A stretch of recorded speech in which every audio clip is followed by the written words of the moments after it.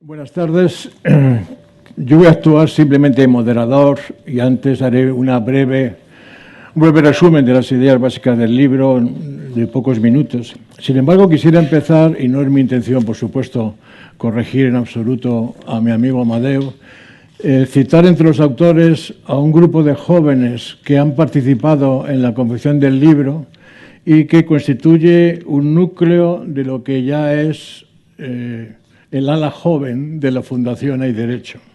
Se trata de Ignacio Gomá, Pablo Ojeda, Matías González y Álvaro del Caño. A ellos también el reconocimiento de los que hemos disfrutado con la lectura de este libro. En la página 19 del libro hay una frase que de alguna forma es una declaración de intenciones y con la que voy a articular esta breve presentación. Dice: pensamos que el capitalismo clientelar no vive solo de la captura de la regulación, sino que se alimenta de todo un conjunto de debilidades institucionales. Me parece que esto es importante tenerlo en cuenta y no quedarse en un aspecto importante, pero solo un aspecto. La captura es importante. Cuentan que a final de los 70, a principios de los 80, cuando la comisión de su secretario discutía alguna disposición reguladora del marco eléctrico, la propuesta llegaba en un papel con membrete de UNESA. Recuerden que entonces no había procesadores de texto, ¿no? Ahora, con los procesadores de texto no llegan con membrete de ninguna organización patronal, pero las consecuencias prácticamente son las mismas, ¿no? Se produce esta captura material de que los regulados imponen los términos de la regulación. Y junto con esta captura material, los autores, en mi opinión, muy correctamente e ingeniosamente, introducen lo que es la captura cognitiva, llaman, que es adicional a esta captura material y que resulta enormemente relevante y se manifiesta cuando el regulador comienza a pensar exactamente o parecido a las empresas del sector regulado. Esto en la página 42 del libro lo explican de una forma brillante. Las relaciones entre los técnicos de las empresas y los de la administración son en esta doble captura material y captura cognitiva muy importante, porque llegan a homogeneizar sus opiniones. Hablando con personas que han tenido cargo de responsabilidad política en el sector industrial en el pasado, y hablando del sector eléctrico, a pesar de que podrían ser perfectamente críticos por su posición ideológica, por su conocimiento, cuando discuto con ellos, creo que estoy hablando con un director de UNESA, ¿no? Se ha producido una absoluta simbiosis entre los que han hecho la política eléctrica y los que han sido los agentes del sector eléctrico. Las relaciones clientelares, y también lo dice una frase del libro en la página 105, se articulan a través de relaciones personales. Y esto es muy importante. Esto es la verdadera trama. Supongo que en otros países es igual, ¿no? Exalumno de las Ivy Universities, pues se relacionan entre ellos. Pero aquí lo que pasa es que no hay contrapeso a eso, ¿no? Además de capturar a los reguladores, el capitalismo clientelar hace otras cosas que el libro cita. En el capítulo 4 nos habla de las deficiencias y perversiones del gobierno corporativo que pueden verse como una manifestación más del Estado clientelar. En el capítulo 5 nos habla de la impunidad de las violaciones de la libre competencia e impunidad de los abusos a los clientes, que también son un aspecto del capitalismo clientelar tan importante como la captura del regulador. Dicen en el capítulo 6 que los beneficiarios del Estado clientelar abusan de la debilidad de nuestro sistema de justicia y las debilidades del sistema de justicia se convierten en un activo muy importante para ellos. Por otra parte está la cuestión de las puertas giratorias, que son analizados en los capítulos 7 y 11. Las puertas giratorias son más que la presencia de expolíticos en los consejos de administración de las empresas del IBEX. Comprensiblemente esto resulta lo más noticiable. Esto puede ser objeto de tweets de periodistas y de políticos. Pero hay mucho más, como nos explican en el capítulo 7 y en el capítulo 11. La cuestión de los políticos en los consejos de administración, no niego su importancia. De hecho, puede decirse es como el estandarte del capitalismo clientelar español. Pero no explican por sí solo por qué las empresas del IBEX, por ejemplo, son favorecidos por acciones o por omisiones, como el sector eléctrico. La presencia de expolíticos de los consejos, sin presencia de los políticos del consejo, estoy convencido que esas acciones de favorecer por acción o por omisión se producirían igualmente. En el capítulo 7 y luego en el 11 se pone de manifiesto otros muchos mecanismos que tienen que ver con la idea antes mencionada de que las relaciones clientelares se articulan a través de relaciones personales. Y ahí las instituciones que supuestamente se crearon para controlar eso, como vemos en el capítulo 7 y como se ve en una investigación que ha realizado la Fundación Hay Derecho, no funciona como tantas otras instituciones creadas sin creer en ellas.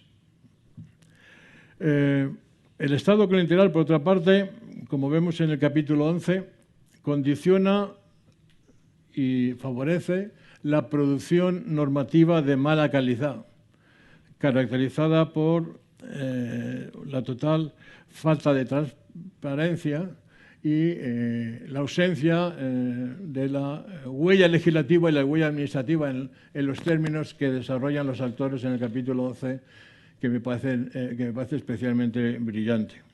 Y eso no solo favorece la captura, sino también es una fuente de inseguridad jurídica para los demás. Un conjunto de leyes muy profusa, muy confusa y muy contradictoria es una fuente de inseguridad jurídica, sobre todo para el novato, para el que se introduce en un mercado. Por último, al consolidar una sociedad no meritocrática, el Estado clientelar también condiciona otros aspectos relevantes que el libro pasa marginalmente o no plantea, como por ejemplo la formación de capital humano, especialmente el capital humano con talento empresarial, utilizando la expresión de Robert Lucas. Hay una relación muy clara, y con esto termino, entre este libro y el anterior de Sansón Carrasco. La relación entre el débil Estado de Derecho y el Estado clientelar es muy intensa y es bidireccional. El deterioro del Estado de Derecho, que fue descrito y explicado en el primer libro, crea un marco adecuado para el desarrollo de prácticas clientelares que se analizan en el segundo libro. Y la consolidación del Estado clientelar erosiona de forma continuada la primacía de la ley y la igualdad de todo el mundo ante la ley y, por tanto, intensifica el deterioro del Estado de Derecho. La mala calidad normativa, que se ve en el primero de los libros, los sesgos regulatorios, los incumplimientos de las leyes por las propias administraciones y por las grandes empresas, la profusión de normas que contribuyen a la inseguridad jurídica, son todos aspectos de un Estado de Derecho débil que se explica en clave clientelar. Y, por otra parte, la mala calidad de la justicia, la colonización tanto de las administraciones públicas como de los órganos supervisores por parte de los partidos políticos dominantes, constituyen una base importante del capitalismo clientelar. Esta fuerte relación bidireccional, que se ve claramente leyendo los dos libros de Sansón Carrasco, tiene que estar presente en los planteamientos para ir superando este estado de cosas. Muchas gracias. A continuación, el acuerdo es que yo lance una serie de preguntas y, según parece, incluso indicando a los comentaristas. Aquí ahora me han dado un papel de comisario político que seguro que se me da muy mal. La primera pregunta es, ¿qué es el capitalismo clientelar? Y entonces lanzo la pregunta a Luis y a Nacho. Muy buenas tardes. Es un placer estar aquí presentando este libro, contribuyendo a la presentación de este libro. Quizás, por abrir con polémica, les hemos prometido, Jesús y yo, polémica a los autores. Simplemente para los que se hagan líos, Jesús y yo somos los que no somos autores del libro, porque si no van a pensar, este señor, ¿por qué se mete con el libro si es suyo? ¿No? Jesús, son economistas. Y somos economistas, y el libro está hecho por abogados. Entonces, yo diría que el libro, yo creo que el libro tiene claro desde el punto de partida qué es el capitalismo clientelar, pero que en algunos momentos del libro quizás se confunde el capitalismo y el capitalismo clientelar. Y yo creo que las dos cosas son muy diferentes. O sea, uno puede estar muy en desacuerdo con el capitalismo clientelar y hay cosas, y estamos todos, y creo que el trabajo de la Fundación Hay Derecho es espectacular. Creo que sobre todo el libro tiene una cosa que siempre ha tenido la Fundación Hay Derecho, que es valentía. No hay nadie más valiente en España que yo sepa. Y creo que las cosas que se dicen con claridad. Ha habido un capítulo en el que se habla del caso de César Alierta, que me ha recordado aquellos capítulos tan claros y tan persuasivos de Hay Derecho, escritos por Rodrigo Tena, que entra ahora mismo, sobre el caso Alierta, que realmente nadie en España ha dicho. Ningún periódico, ningún medio, ni nadie. Me explican perfectamente por qué, contrariamente a cualquier mínimo juicio, se decide que ha prescrito el delito, cuando parece absolutamente imposible concluir eso de los datos, ¿no? Entonces, el valor es una cosa muy importante que tienen los autores. Sin embargo, yo diría que en muchos casos, o en algunos casos, la crítica al capitalismo clientelar, en este libro en particular, mezcla la crítica a cómo el poder político y el amiguismo en las relaciones personales en España deteriora el funcionamiento del mercado, y cómo, en muchos casos, el mercado está funcionando perfectamente y no tiene nada que ver con el poder político. Entonces, lo que yo diría es, capitalismo clientelar, como muy bien ha dicho nuestro moderador Carlos, tiene que ver con estas prácticas de amiguismo y de relaciones personales distorsionando el funcionamiento del mercado. Estas prácticas, que quizás el libro no hace suficiente para ponerlas en contexto, tienen que ver con el funcionamiento de nuestra sociedad. Si nuestra sociedad resiste tan bien el problema del desempleo, es porque las familias y los amigos funcionan de maravilla. Y si en nuestra sociedad los enchufes y los amiguismos son tan dañinos, están bien, y tan extensos, están bien, porque en nuestra sociedad la familia y los amigos importan mucho. Y lo sé yo, que ahora estoy metido en temas de política y antes estaba en la LSI. No se imaginan la cantidad de gente que se piensa, y a Jesús le pasará lo mismo, que si me preguntan pueden conseguir que su hijo entre a la LSI. O que si me preguntan pueden conseguir que de alguna manera alguien que conocen pueda tener un trabajo, que es una cosa absurda, que además digo todas las veces, que no se imagine nadie por conocerme les voy a colocar a un hijo o un amigo, pero es igual, te lo siguen preguntando, ¿no? Entonces, eso es parte de nuestra sociedad, y quizás el libro ahí hace demasiado poco esfuerzo por conectar, aunque lo dice, por conectar el capitalismo clientelar con las prácticas generales de nuestra sociedad. Y el segundo aspecto con el que era un poco crítico es, el libro muchas veces, por ejemplo, al hablar de gobierno corporativo, trata temas que no son propiamente capitalismo clientelar, como, por ejemplo, que en una empresa se puedan pagar a los ejecutivos de esa empresa mucho o poco, con eso que tiene que ver con una distorsión en el comportamiento del capitalismo. Bueno, pues que tiene que ver con la tarea del Estado. Bueno, en España, por alguna razón extraña que yo nunca he entendido, a todo el mundo le parece fenomenal que el valor de Ronaldo por darle a una pelotita durante todos los 90 minutos a la semana sea 14 o 20 millones de euros. Pero les parece rarísimo que un señor que en 6 meses de trabajo puede hundir un banco, como un ejecutivo de un banco, como hemos visto, que el trabajo de ese señor, cuando es positivo, o sea, que el talento de hacer funcionar un barco pueda valer lo mismo. Es que realmente ese talento lo vale. Y en un mercado competitivo, yo les digo, si usted busca hoy un financiero para un banco, un Chief Financial Officer, una persona que sepa invertir buscar vender bonos, vender acciones subordinadas, ponerle precio a la deuda subordinada, ponerle precio a las nuevas acciones, decidir cuánta financiación hace falta, decidir cuánta financiación a corto o a largo. Son decisiones complejísimas y les digo con toda sinceridad que es muy difícil encontrar esa persona en España y que si usted está dirigiendo un banco y hay una persona así, usted está dispuesto a pagar bastante. ¿Por qué? Pues porque es una entidad de 60, 80, 100.000 millones y una persona aumenta en 1% ese valor, ha cumplido con creces.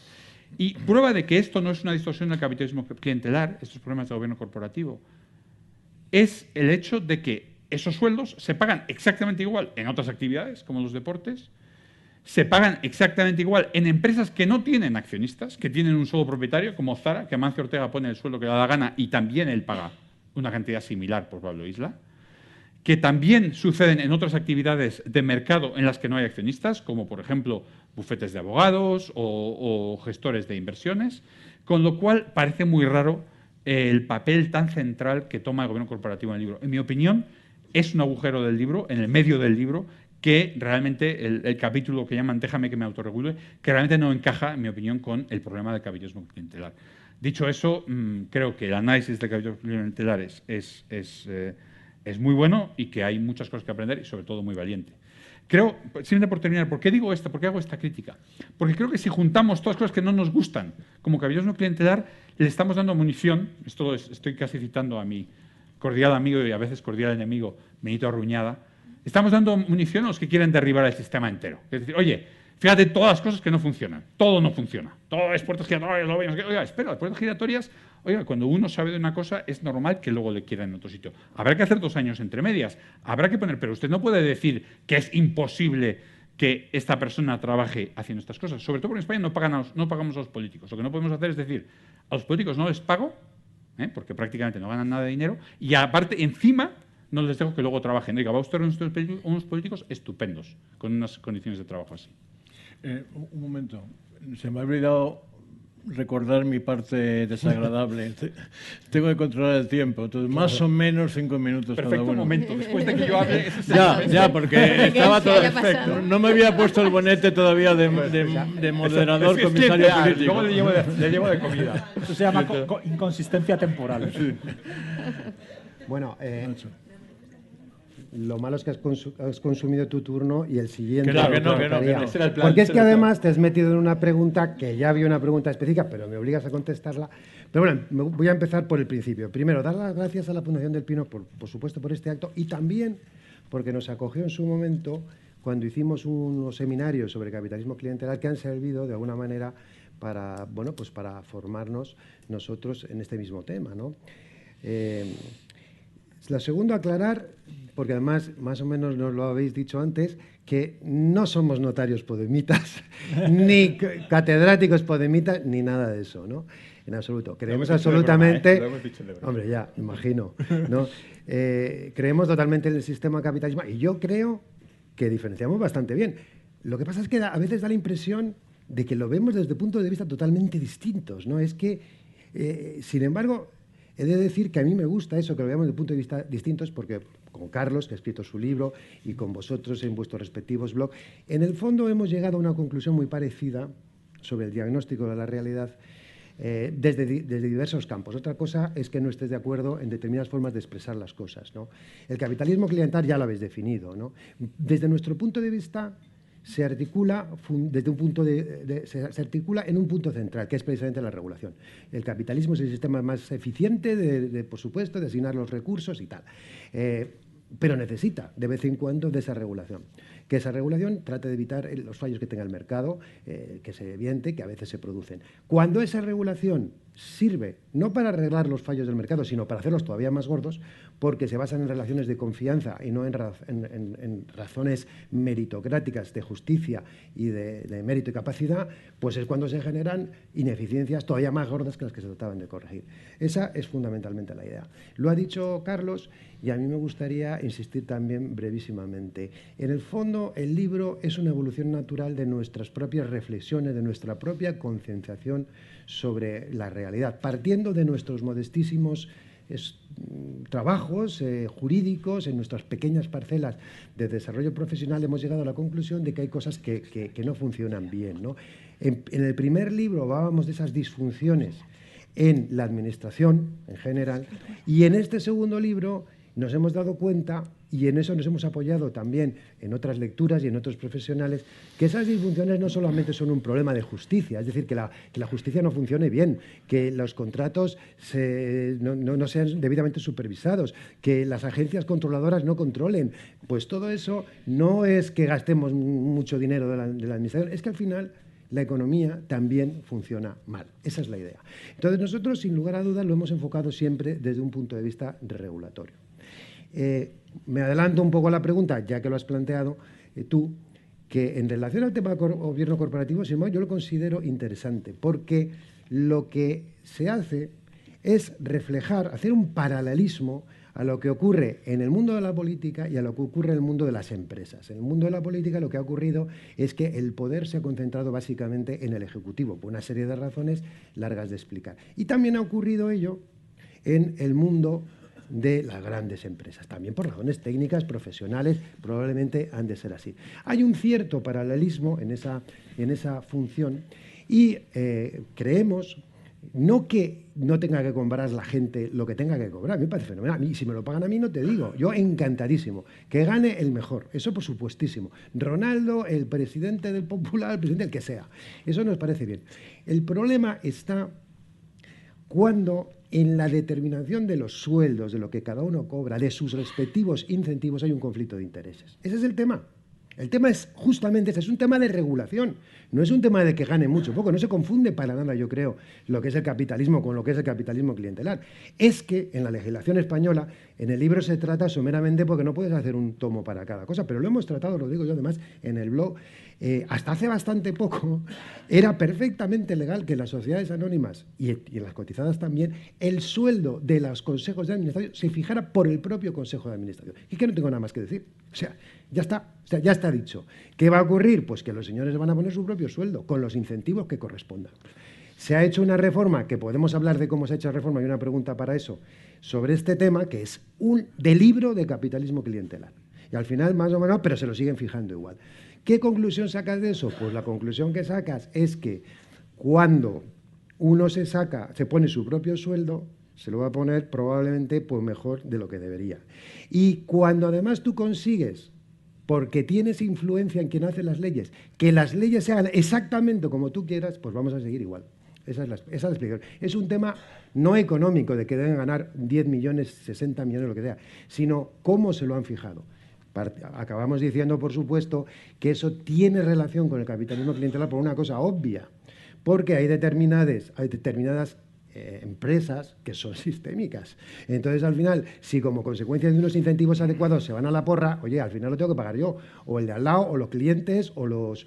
En fin, todos los que llaman stakeholders. Es que ¿no? respondas un minuto. O sea, primero, si la empresa va a ser rescatada por el contribuyente, tienes toda razón. Es decir, si es un banco, el contribuyente tiene interés en que la cosa se gestione de una manera de acuerdo con el contribuyente. Ahora, si en Zara, los dueños de Zara deciden que le van a pagar al señor 30 y además le van a dar un bono de 30, que se lo den. Y si yo quiero ser accionista de Zara, se lo doy. Y si a mí no me parece bien, puedo o votar en contra o no comprar acciones de Zara. Es la propiedad privada.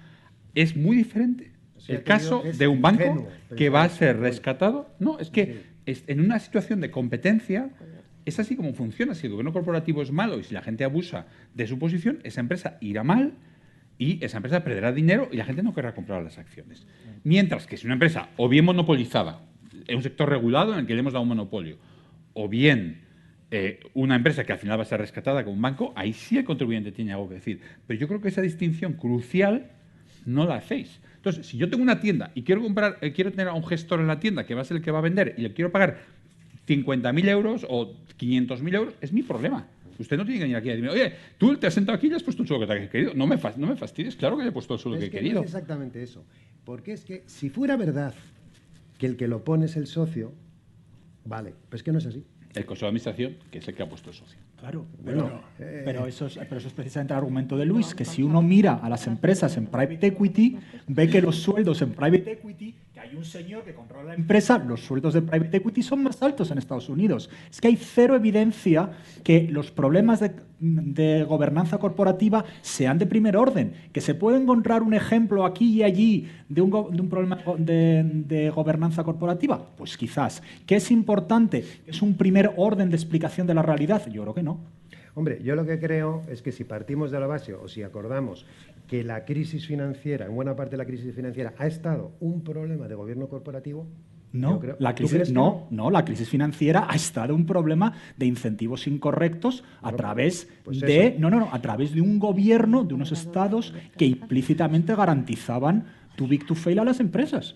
Claro. Me parece que tengo que hacer un arbitraje un poco más estricta, porque si no me van a echar del estadio. Oye, ¿me permites que haga una pausa? Es que lo normal es que los editores estén en el medio y yo esté en una esquina. Entonces, Bueno, así puedo tirarle al moderador de la mano. así le puedes tirar al moderador, perdón. Ven Me ustedes siento que al último, por mi eso. éxito como moderador es enorme, ¿no? Seguirán mejorando. La siguiente pregunta, que va dirigida a Jesús y de nuevo a Nacho, es ¿de dónde surge el capitalismo clientelar y si es un fenómeno global o español? Vamos a ver, es un fenómeno en todos sitios, hay capitalismo clientelar en todos sitios, pero en España es particularmente agudo por razones históricas españolas. La primera es España es un país pequeño y yo creo que no nos damos cuenta hasta qué nivel los países pequeños son mucho más fáciles de ser capturados por las élites. Voy a poner un ejemplo académico. En España, en economía, pues tienes el CENFI, tienes la Pompeu Fabra y la Carlos III y la Autónoma de Barcelona. Si yo voy mañana y me enfado con el CENFI, pues es que me acabo de cargar la mitad de mi mercado potencial. En Estados Unidos, si yo voy y me enfado mañana con el director de mi departamento, hay otras 10 top 10, 9 top 10, no menos una.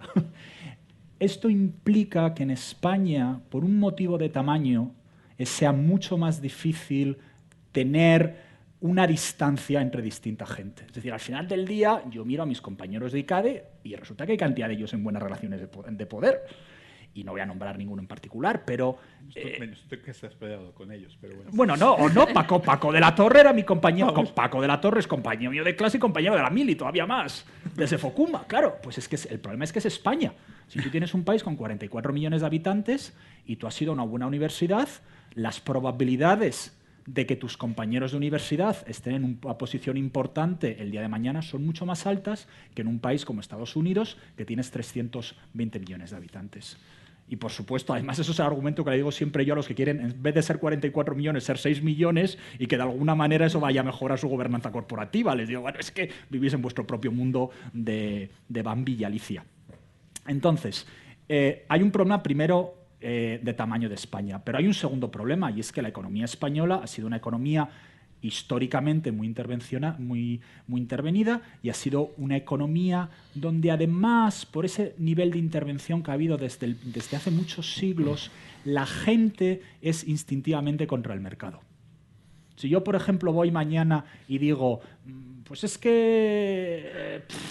cada uno que decida, voy a poner un ejemplo totalmente aleatorio que no tiene nada que ver con la realidad, que mi monitor del gimnasio sea quien sea, y lo decido yo, quién tiene que ser el monitor del gimnasio. Inmediatamente la respuesta de la gente, no, es que yo quiero que mi monitor tenga un título deportivo. Digo, bueno, pues vale, pregúntaselo. No, es que no quiero que mi monitor tenga un título deportivo, es que quiero que además el gobierno obligue a que todos los monitores tengan un título deportivo. Y el problema que al final tienes es que como ha habido siglos de intervención de la economía del estanco, de la economía del gobierno decidiendo lo que se hace y lo que se deja de hacer, el español medio es muy reacio a entender que el mercado funciona. Y por tanto, cuando llega el que quiere regular en su favor y le cuenta la historia, es que si vas al gimnasio y no tienes una buena regulación y te caes y te rompes el brazo, entonces ¿qué hacemos? Claro, esto es algo que funciona muy bien con los votantes. Estoy absolutamente convencido que si mañana hacemos un referéndum en Madrid, el 80% de los madrileños votan que están a favor de que el gobierno, la autonomía, regule a los monitores deportivos. Y si puedo hacer una crítica al libro, creo que algo que yo le echo un poco en falta es apuntar al dedo al votante medio. Yo creo que hay muchísimos problemas que tenemos del capitalismo amiguetes que no es nada más que el reflejo de que el votante medio español le encanta la regulación. Le parece que la regulación funciona fenomenal y que cualquier problema que hay se soluciona a base de más regulación. Y lo ves cuando la gente se presenta a las elecciones, que dices, tenemos un problema con las cajas de ahorros. Hay muy poca gente que dice, pues acabemos con las cajas de ahorros y que estos sean bancos y que si caes, caes. No, dicen, no, es que tenemos que tener una nueva banca pública. Dices, pero acabamos de tener una banca pública y esto no es lo que nos ha dado. Entonces yo creo que hay un problema de herencia histórica muy grande en España, de desconfianza de los ciudadanos con respecto a las funciones del mercado y que es muy difícil de romper. Nacho, yo brevemente diría que efectivamente la relación clientelar es antiquísima. Ya existía en Roma el ciudadano que se ponía delante, o sea, junto con un patrón que de alguna manera le patrocinaba. Pero hoy día las relaciones clientelares subsisten y subsisten porque son en cierto modo una explicación a un problema que se plantean en toda economía, que es la del compromiso fiable. En definitiva, cuando una persona va a invertir en otro país, una determinada economía, lo que tiene que tener seguro, lo que quiere saber es si va a poder recuperar su dinero, si no se lo van a expropiar o si le van a gravar con unos enormes impuestos, ¿no? Una respuesta es la sociedad, un Estado democrático, un Estado de derecho, en el cual hay unos controles, hay una administración de justicia y hay una seguridad de que el poder no va a ser arbitrario.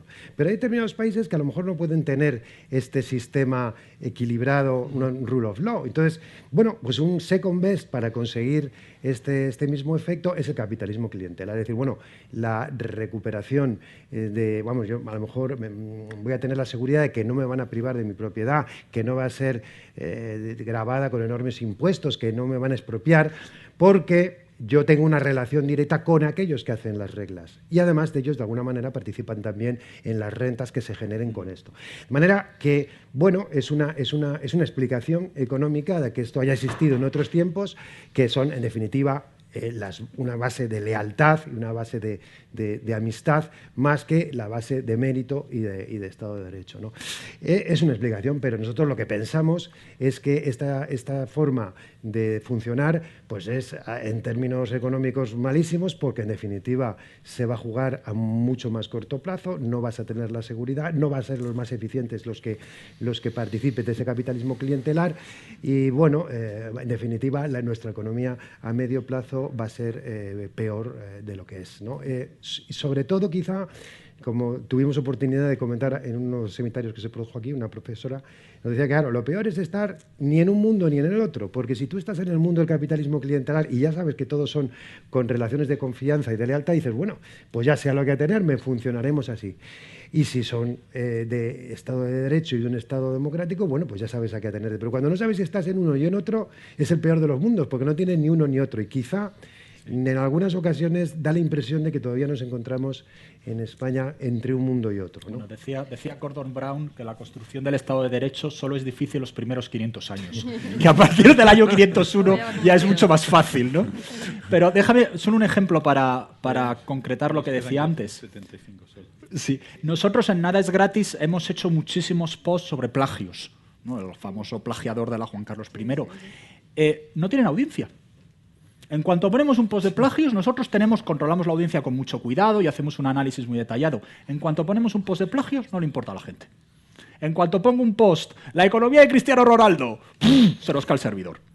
Bueno, pues es indudable que al español medio, cuando dices que el rector de una de las universidades públicas de Madrid se ha construido un currículum vitae totalmente de manera artificial para ser parte de una trama del PP como es la Juan Carlos I, pues la mayoría de la gente dice, pues muy bien.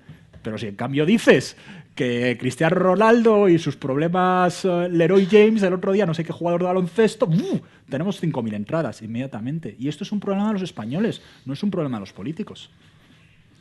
Muy bien, pasemos a otra pregunta sobre ¿por qué es criticable el capitalismo clientelar? ¿Es solo una cuestión de justicia y equidad o tiene consecuencias económicas concretas? ¿Se puede cuantificar cuál es la pérdida de eficiencia de la economía? Jesús. Hombre, creo que tiene problemas económicos directos e indirectos. El problema económico directo es, obviamente, que tú no estás asignando los recursos de manera adecuada. Tú tienes una situación en la cual no se invierte en los sectores adecuados, sino que se invierten en sectores, pues vale, todos a hacer renovables como locos, a poner granjas solares en la mitad de donde estás. Me contaba hace poco un amigo que tiene muchas placas solares, espero que no se enfade si me escucha, que le digo yo, bueno, y ahora que hay placas solares mucho mejores, ¿no tienes un incentivo a cambiarlas y ponerlas? Y dice, no, porque me pagan por el coste. Entonces ahora como cuestan la mitad, si las pongo nuevas me pagan la mitad. Entonces resulta, total, producimos la mitad de energía solar en la placa solar de mi compañero. Bueno, entonces esto es un coste directo. Pero hay un coste indirecto de legitimidad que es mucho más grave. Es el coste de un poco la discusión que teníamos antes. Cuando un español ve que Cristiano Ronaldo gana 44 millones de euros, lo entiende. Él ve la final de la Champions, que el Ronaldo le da la pelota, mete los goles y el Madrid se lleva la Copa para España. Pero cuando le intentas explicar que una persona en un puesto de responsabilidad tiene que ganar millones de euros para hacerlo correctamente, no se lo cree. Y no se lo cree porque dice, es que no se lo van a dar al que se lo merece, se lo van a dar al amigo de mi vecino. Y como se lo van a dar al amigo de mi vecino, pues para eso le pago lo mínimo. Mira, voy a poner un ejemplo que a mí me gusta mucho. Amy Goodman es la presidenta de mi universidad, de Penn. Ella cobra unos 5 millones de euros al año. Claro, cualquiera le dices a un español que el presidente de una universidad tiene que cobrar 5 millones de euros. El rector, digamos, ¿no? Que es el rector, perdón, sí, es el rector. Es el rector de mi universidad, la rectora cobra 5 millones de euros. Pero tú ves lo que hace Amy por nosotros. A mí cuando me preguntan, mi única queja es que no la estamos pagando lo suficiente, porque lo mismo se nos va cualquier día. Porque ella lleva una organización de 10.000 personas. Es una organización muy compleja, que tienes un hospital de la universidad, y tienes un college, y tienes Wharton, y tienes la Facultad de Derecho, y en realidad un fondo de inversiones, que son lo que son las Ivy Leagues, gigantesco. Y un puesto de esa responsabilidad necesita de una persona que tiene un talento de gestión que muy poca gente tiene en el mundo. Yo jamás podría ser rector de mi universidad. Yo no tengo esos talentos. Entonces, el problema que tú tienes es si yo mañana, tú imagínate que yo mañana le digo a Luis, voy a hacer tu universidad la mejor del mundo. Vamos a fichar a un rector en el mercado y le vamos a pagar 5 millones de euros. Nadie me cree. Y como nadie me cree, nunca vamos a poder fichar a un rector, nunca le vamos a poder pagar 5 millones de euros, con lo cual nunca va a ser la persona que va a transformar esa universidad de una universidad local de provincias a una universidad líder a nivel global. Porque careces de legitimidad en explicar por qué la economía de mercado es la manera adecuada de asignar el recurso y el talento. Y al final del día, para mí, eso es con diferencia el coste más importante de todo esto. Sí, yo también, ya que me han dado por fin la palabra, estaba claro que estaba discriminada, ¿no? Estabas discriminada. Estaba discriminada Yo en el sigo tu sitio, guión, querida. Pero te ha saltado una pregunta.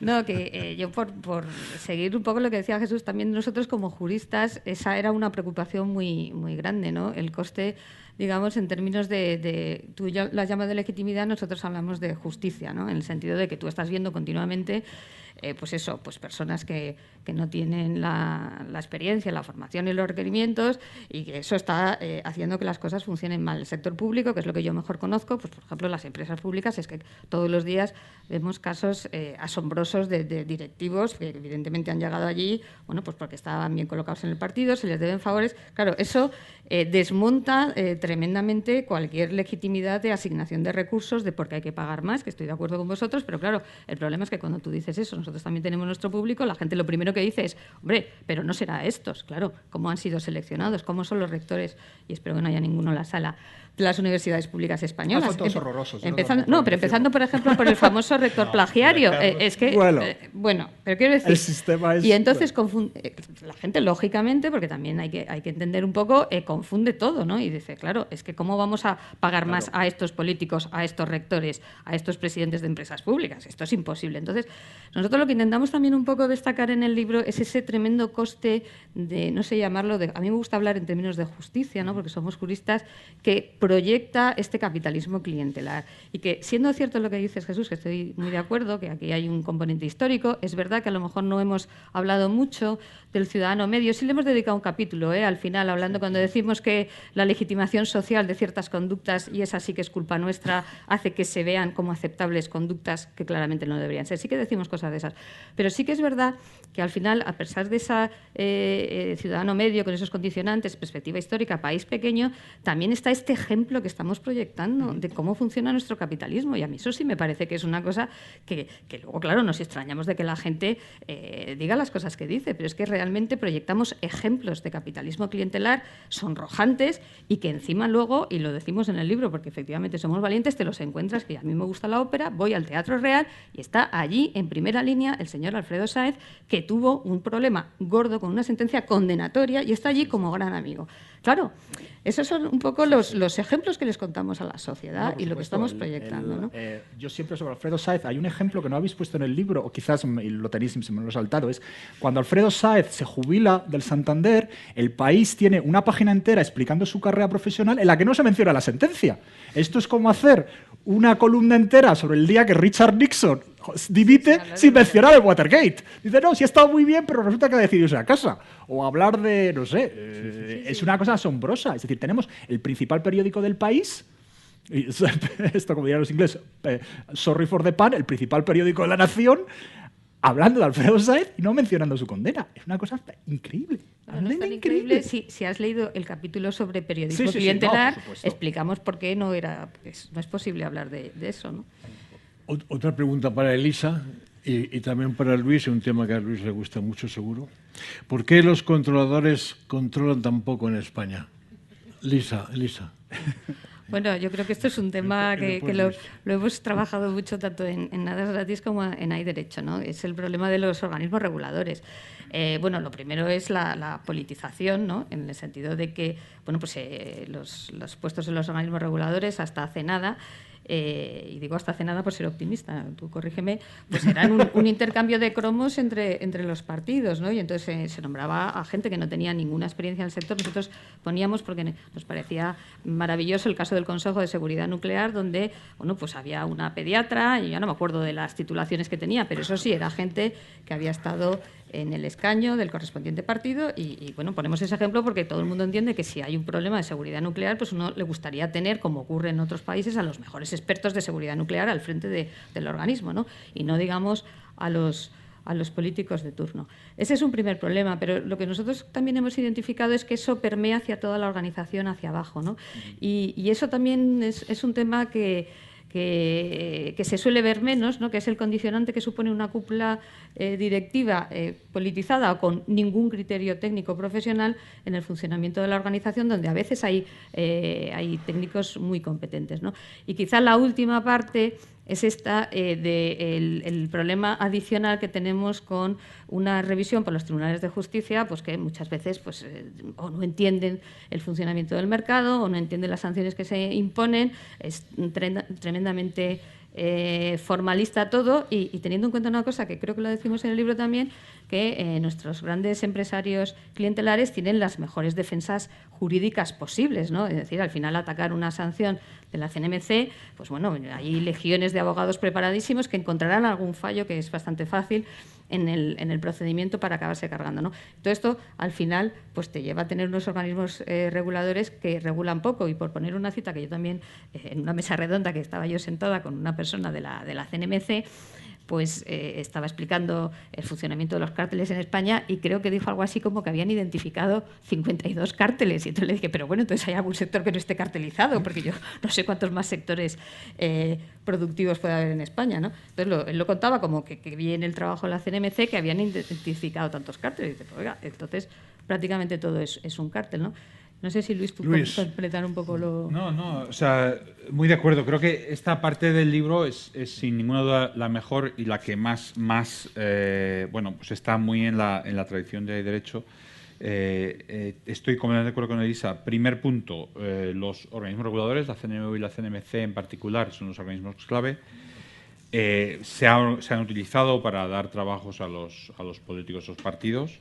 Creo que eso está dejando de pasar. Yo, en lo que a mí me corresponde, creo que la CNMC, sinceramente la persona que nos nombró la CNMC, a propuesta mía en particular, ni la conozco personalmente, la presidenta del Tribunal de Competencia Vasca, que es decir, que estamos haciendo las cosas, no estamos haciendo por amiguismo ni nada por el estilo.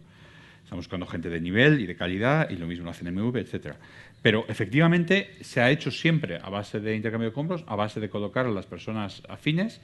El Partido Popular eliminó todo el sistema regulatorio que había anteriormente, los fusionó todos los organismos y creó la CNMC desde cero y puso a las personas como consejeros que se les ocurrieron a ellos, fueran o no conocedores del caso. El famosísimo señor Torremocha, que era magistrado laboral en el País Vasco y que había hecho servicios al Partido Popular o a España, no sé a quién, pero había hecho servicios, pues que se está en la CNMC ahora, pues con conflictos, con problemas gravísimos. Y bueno, pues no sabía nada de derecho a competencia, que se supiera, o sea, que no creo que, vamos, era magistrado laboral. ¿Qué pasa? Que en este primer problema, como ha dicho Jesús, en el tema crucial de los enchufismos, de los currículums, nosotros, Jesús y yo, escribimos un artículo que pensamos que iba a ser la megabomba, por poner un ejemplo del tema que decía Jesús, sobre Moreno Bonilla, cómo se había inventado todo su currículum, el candidato del PP en Andalucía, que había sido secretario de Estado, etcétera. Lo habíamos investigado, salían 5 minutos de investigación, no tuvo ninguna consecuencia ni sobre su carrera política ni sobre nada. Pero sí sobre nuestro servidor que se cayó. Sobre su servidor que se cayó porque lo colgamos en Hay Derecho. Entonces, igual pasa con la CNMV y la CNMC, que no hay demanda de los españoles. Que cuando explicamos que los reguladores no son independientes, que por eso las eléctricas, que por eso el tal, la gente le entra por un lado y le sale por otro. No hay ninguna demanda de reguladores independientes, de organismos. Entonces, cuando nosotros lo intentamos hacer, o desde la política, o desde donde sea, realmente es muy difícil hacerlo porque realmente estás luchando un poco en un vacío parecido al de los currículums. Y luego hay un segundo problema, que es el que decía Elisa de la justicia. En España hay un problema gravísimo con la justicia. Gravísimo, mucho más grave de lo que somos todos conscientes. Si tienen tiempo cuando compren el libro, y todos cuando salgan lo deben de comprar, yo puedo decir porque no me llevo dinero, o sea que lo hago como amiguete clientelar. En la página 153 y 154 les repito el comentario que les hacía antes sobre el tema de César Alierta, ¿no? Hay dos temas. Primero, si la prescripción era en 5 o en 10. Cuando es en 10, el delito está aprobado, ¿de acuerdo? O sea, está todo el mundo de acuerdo que hubo información privilegiada. Entonces, el delito prescribe en 5 o en 10. Bueno, si es grave, en 10. Si no es grave, en 5. Bueno, el fiscal dice, bueno, esto, grave. Hombre, el presidente de una compañía que compre acciones, tal, solo son 220 millones, tampoco es para tanto y tal. Vale, no es información privilegiada, no es grave. Ah, vale, usted lo dice. Pero segundo, y aquí ya uno se muere de la risa, ¿cuándo empiezan a contar los 5 años? Hombre, pues cuando usted concluye el delito, nos dicen los autores de derecho. Y eso nos dice Sansón Carrasco. Pero ¿qué pasa aquí? Que se empieza a contar el plazo de prescripción cuando las acciones que se compraron usando información privilegiada alcanzan su máximo, que es un punto irrelevante desde ningún punto de vista económico, ni jurídico, ni nada. Ni hecho el dinero, ni ha sido cuando compraron, ni hecho cuando nada. Ese punto coincide que es 2 meses antes de los 5 años, con lo cual ya ha prescrito. Esto es el Tribunal Supremo de este país, señores. Esto no fue ni escándalo, ni salió en el Wall Street Journal, en el Financial Times y en Nada es Gratis. Fue mi primer artículo en Nada es Gratis. Vale, y en Hay Derecho. Vale. Pero no es que no fuera escándalo, es que no salió en la prensa. Sí. No, pero es más, nosotros, no sé si te acuerdas, Luis, escribimos una columna en El País en la que citábamos el caso de César Alierta. Y hubo un antiguo directivo del BBVA que nos envió un correo bastante insolente diciendo, uno, que no sabíamos de lo que hablábamos, porque si esto hubiese ocurrido en Estados Unidos lo habrían echado del juicio a los 5 minutos, con lo cual esta persona lo que demostraba es que de derecho societario americano sabía 0, porque encontré una sentencia en 5 minutos que decía lo contrario. Y segundo, además nos decía, y mucho cuidado con lo que vais diciendo, que ya os vamos apuntando el nombre. Claro, esto es lo que te encuentras, que un alto directivo de una empresa española siente que no solo lo que hace César Alierta tiene que quedar impune, sino que además cuando tú lo dices en público te tiene que enviar un correo para decirte, oye, mucho cuidado con lo que estás diciendo. Entonces, el tema, o sea, de acuerdo con todo lo que está diciendo Jesús, y el tema es que les cuento un ejemplo que a mí me preocupa muchísimo. La CNMC se dedica a poner multas. Sí. Oye, a pesar de que la CNMC está con amiguismos y con leyes y con tal, pues la verdad es que ha puesto bastantes multas a los carteles. La Audiencia Nacional sistemáticamente decide que estas multas son muy altas. Oiga, ¿pero con qué criterio? Ah, no, porque tenemos un baremo y tal. El libro trata con profundidad. ¿Con qué criterio se inventa usted que esta multa es muy alta? ¿Cómo puede ser que me cueste a mí, Iberdrola, 23 millones de perjuicio a los españoles? Este ejemplo no lo tenéis, me parece. Y me pongo una multa de 21 millones.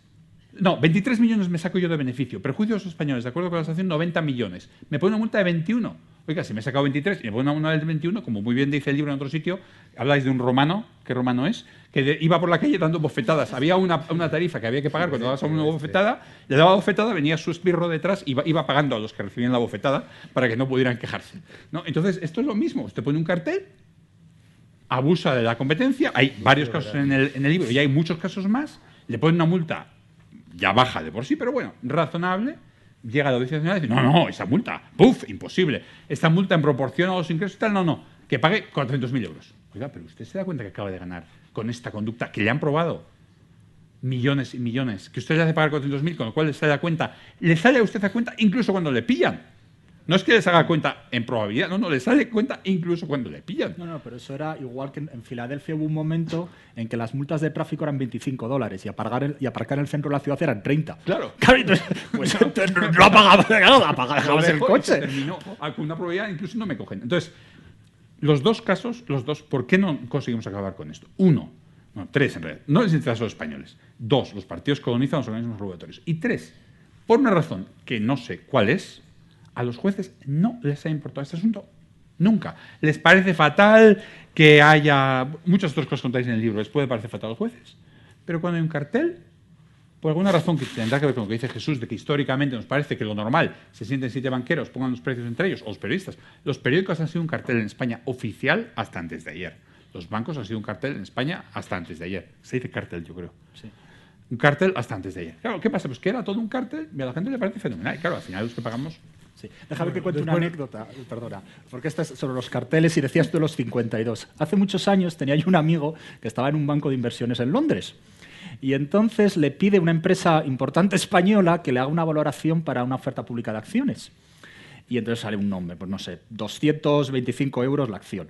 Y entonces al directivo de la empresa le parece fatal. Y dice, no, pues es que esto no, nosotros vamos a ganar mucho más dinero. Y dice, no, mira, yo he mirado los flujos de caja y tal, y no vais a ganar tanto dinero. Y dice, no, pero es que te olvidas que acabamos de firmar un acuerdo de carterización con las otras empresas del sector. Si quieres te lo envío por fax. Y claro, mi amigo,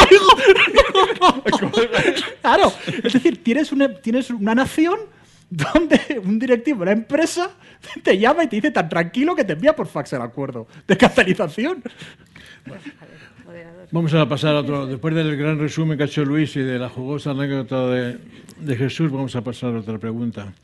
Estamos acostumbrados a asociar empresas y capitalismo clientelar. Pero ¿qué me decís de los sindicatos, de ciertos gremios de trabajadores y de profesionales, estibadores, mineros, taxistas, controladores de aéreos? Jesús, seguro que te gusta este tema. Sí, porque yo nada es gratis escrito sobre Uber, todo lo que había que escribir. Pues hay una... vamos a ver, yo creo que aquí, volviendo un poco enlazando con lo que explicaba antes, yo creo que la reacción de muchos de estos gremios y de muchos de estos grupos es decir, ¿y qué hay de lo mío? Si vivimos en un mundo en el que las grandes empresas, las eléctricas llevan para lo suyo, los empresarios del sector X llevan para lo suyo, pues claro, el del taxi dice, ¿y por qué voy a ser yo el tonto que tiene que estar abierto a la competencia? Entonces, de alguna manera vives en un equilibrio en el que todo el mundo quiere reaccionar contra todo el mundo.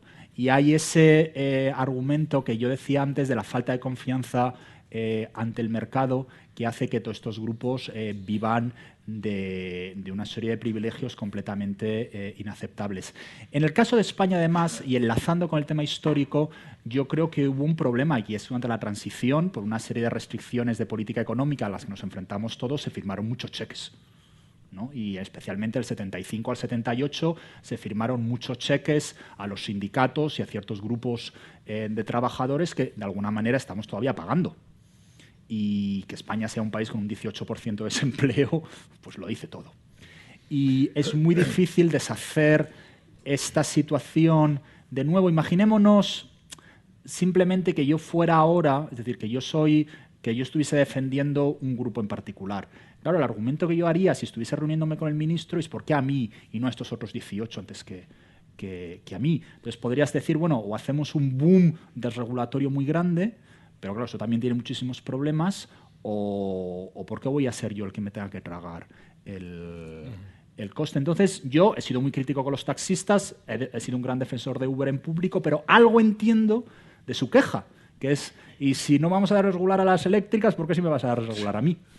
¿No? Yo brevísimamente, me gustaría traer a colación un pequeño pasaje que contamos en el libro de una conferencia que fuimos a ver Lisa y yo, de Sheila Ogilvy, que es una historiadora británica que ha estudiado mucho el tema de los gremios medievales y no tan medievales porque llegaron prácticamente hasta el siglo XIX.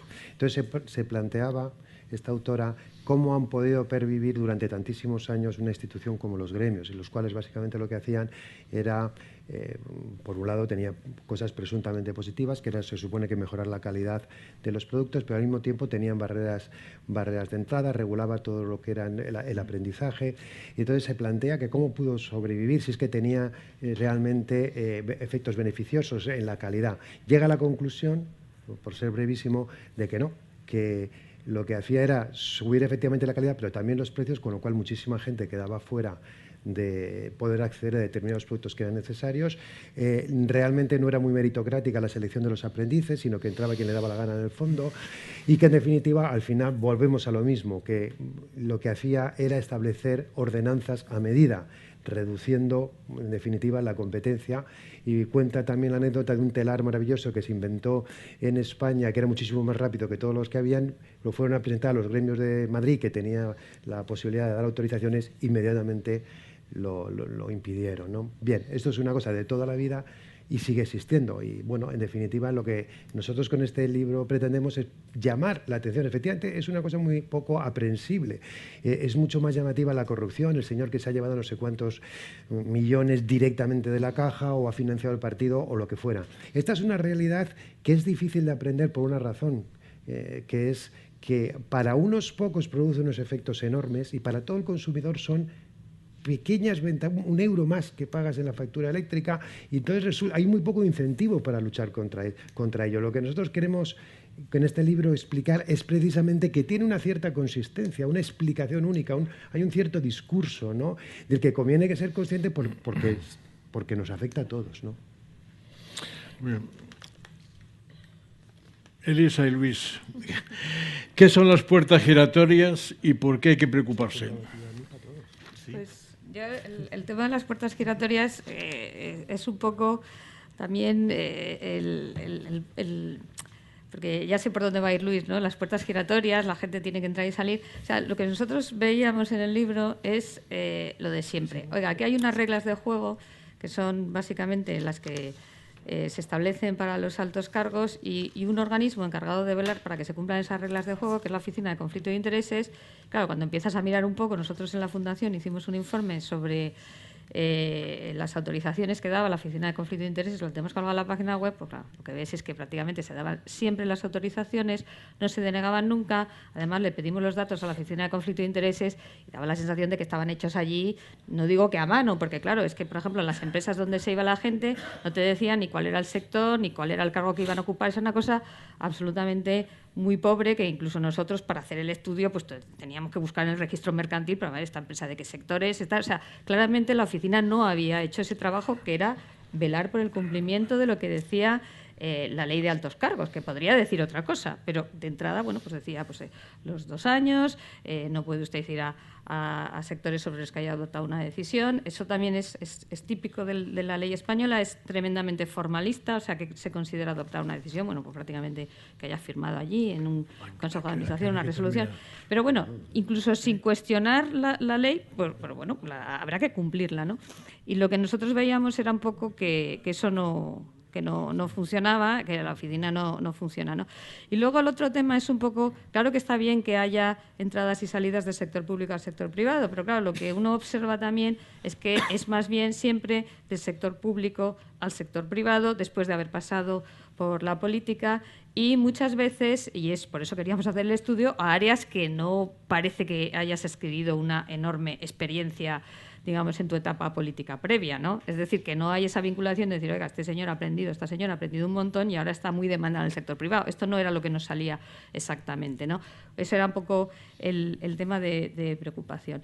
Y luego lo que escasamente pasa en España es entradas del sector privado al sector público, que ahí seguramente puedes comentar tú también, pues cómo vas a entrar en el sector público, primero porque no es fácil entrar, porque los mecanismos son básicamente estar alrededor de un partido político, no es fácil que a ti te llamen para ocupar un puesto en una empresa pública si no tienes esas relaciones previas. De hecho, yo creo que lo ponemos también en el libro, ¿no? Pues el presidente de la SEPI durante mucho tiempo era una persona del partido de toda la vida, pero que no tenía ningún tipo de formación. Eso sí, había ido pasando por un montón de sitios públicos. Es decir, ese es un poco el perfil de nuestras puertas giratorias.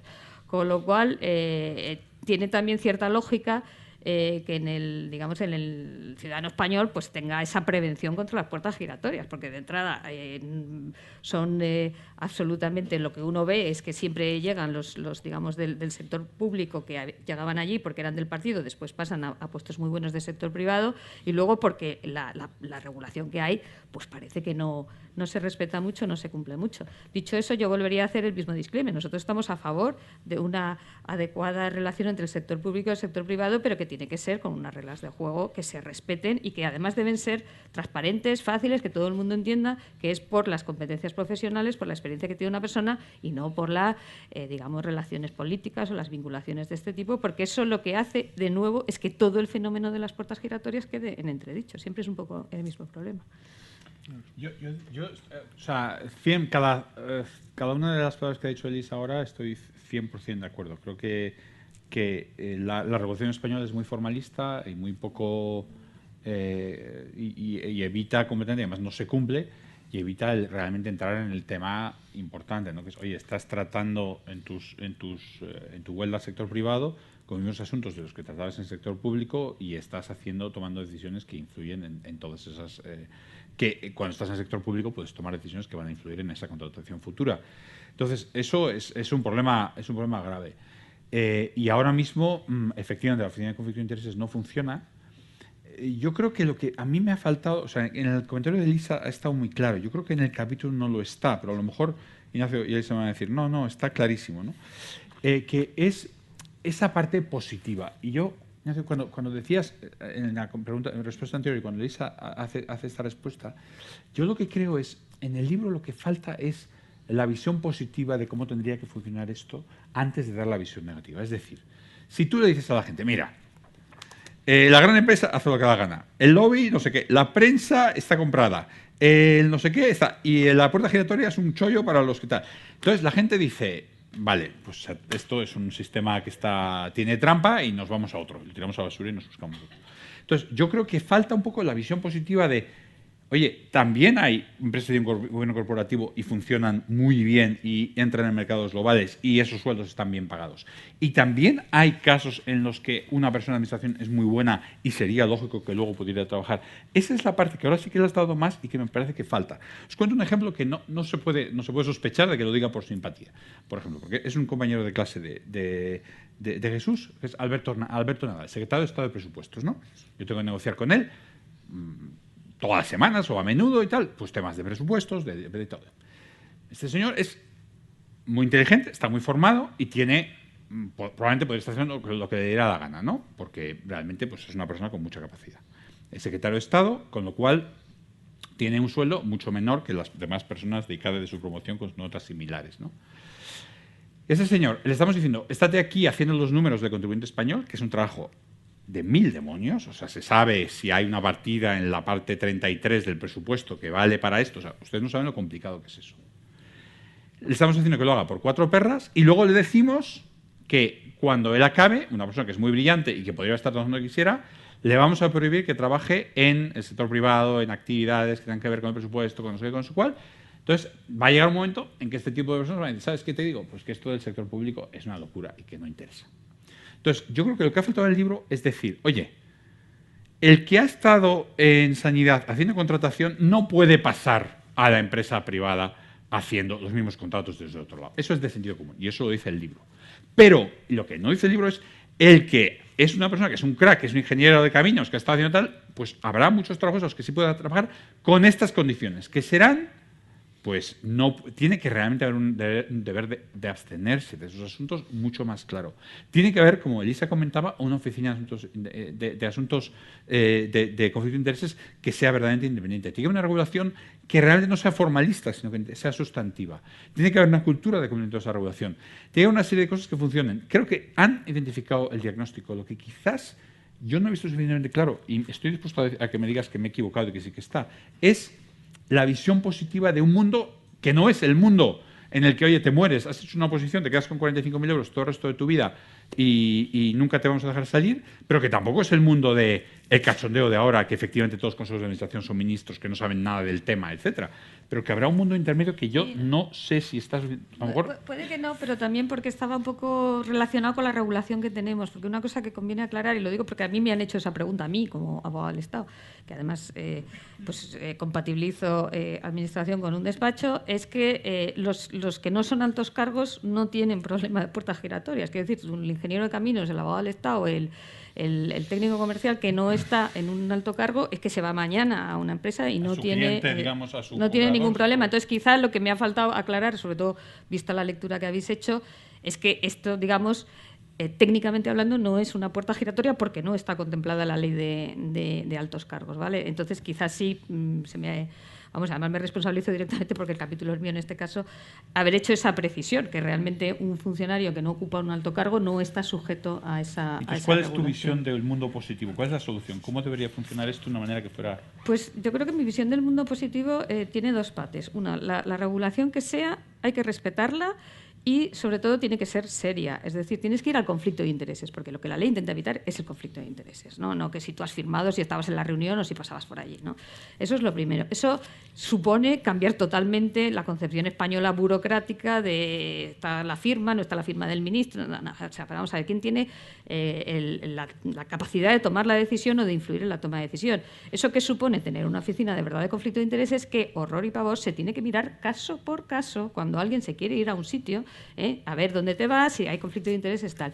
Y probablemente esa misma norma habría que aplicarla no solo a los altos cargos, sino a técnicos que hayan estado en puestos de responsabilidad, porque el principio es lo mismo, porque ahora si tú eres subdirector, creo que pongo el ejemplo en el libro, si tú eres subdirector de informática y estás adjudicando tú todos los contratos de informática de un ministerio, tú mañana te vas a la empresa con la que estabas contratando y en cambio tu director general, que a lo mejor pasaba por allí, ese no se puede ir. Con lo cual es una regulación muy típicamente española, muy hipócrita, ¿no?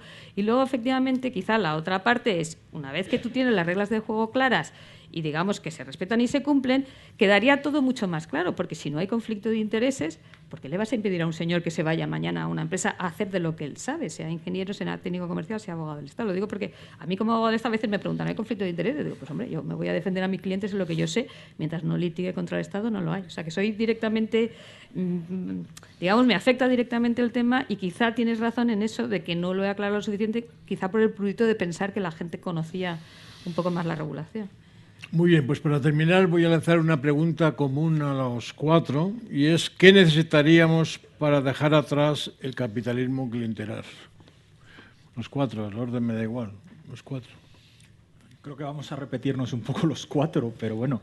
pero en términos más positivos. ¿Qué tipo no, de pero acción? yo creo, en primer lugar, reformar la CNMV y la CNMC.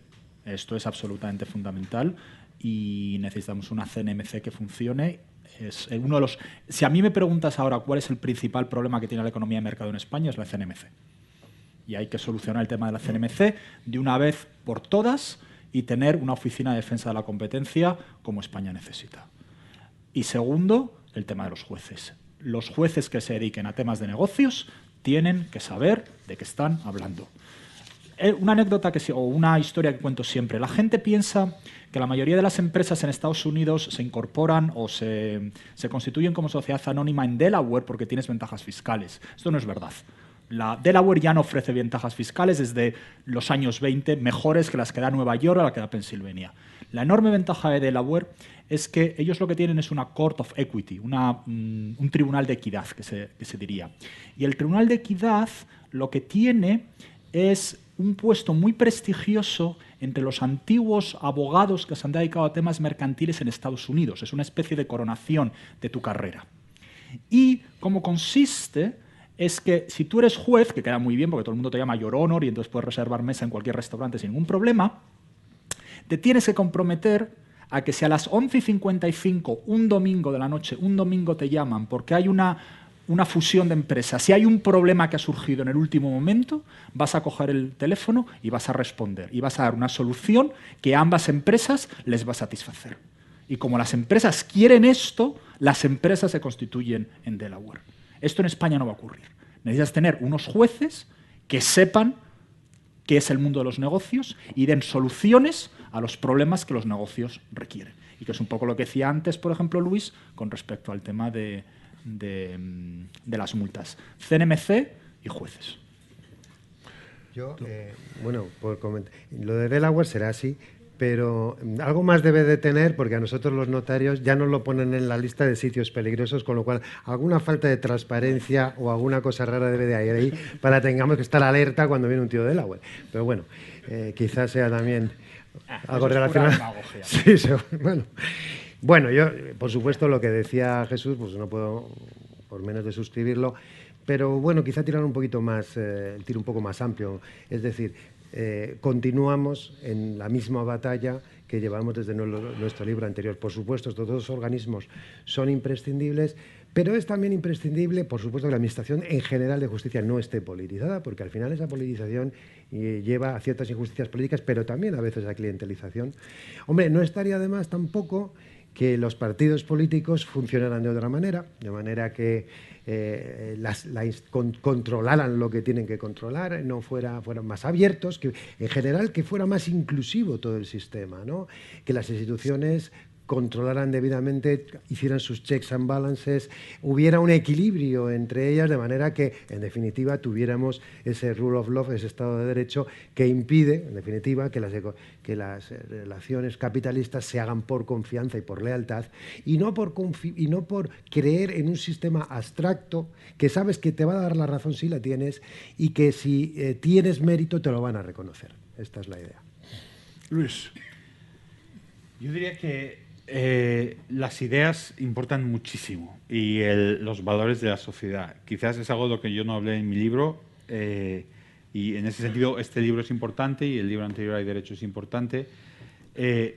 Al final, Joel Mokyr, un profesor de Northwestern, acaba de sacar un libro sobre la revolución industrial y él dice que realmente lo que cambia en la revolución industrial es que la gente se le ocurre la idea de que se puede innovar y se pueden crear conocimiento y se puede presumir con otros ingenieros de lo que has creado, con lo cual el otro ingeniero también presume. Es decir, la sociedad cambia el chip, digamos, ¿no? En España ese chip no lo tenemos, el chip de que la regulación tiene que ser abierta y transparente, de que la competencia es buena, de que tenemos que eliminar el amiguismo, el enchufismo y todo eso. Entonces, en ese sentido, creo que lo que más hace falta que cambie es nosotros, los españoles, en ese sentido. Tenemos que conseguir, a base de toda la guerra que damos nosotros y muchos otros, tenemos que conseguir que poco a poco la gente empiece a darse cuenta de que a día de hoy pues hay un capítulo que contáis maravilloso sobre las gasolineras. Y, oiga, es que resulta que Repsol y compañía convencen a los partidos políticos y a los sindicatos para que hagan lobby contra las gasolineras sin persona, sin dependiente. ¿Por qué? Pues porque una gasolinera sin dependiente, que es la única que se puede poner en Extremadura y en Castilla-La Mancha, porque no hay suficientes coches.